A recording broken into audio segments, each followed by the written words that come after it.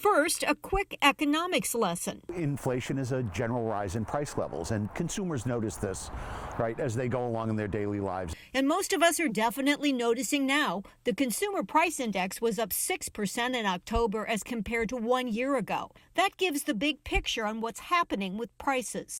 But there are a few big categories that really matter to us. One is food, another is energy. Richard McGrath, a professor of economics, says that food and energy inflation tend to bounce around on their own pattern. But he says core inflation is the trend for most other things, like, say, a used car. And now all three are up at the same time. If they're all going up at the same time, it really is a visible effect. And one thing plays on another. Food's gotten more expensive in part because energy's gotten more expensive, transportation of food's gotten more expensive, energy use for farms has gotten more expensive. He says a lot of this is pandemic and supply chain related. So this isn't a long-term thing. This isn't multiple years of inflation that we're expecting.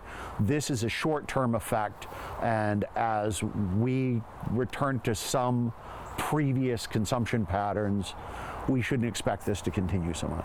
That doesn't mean this is all going away anytime soon. In terms of groceries, he says recognize that items like meat are rising in price faster. So maybe adjust your list and don't waste food. He does say gas is a tough one. The difficulty with gas is that it is one of the things we spend a lot of money on that is really least in our control. For now, he says many consumers just have to bite the bullet. As we return to whatever the new normal will be, that's going to really reduce the inflation. Joanne Merrigan, WSAV News 3, on your side.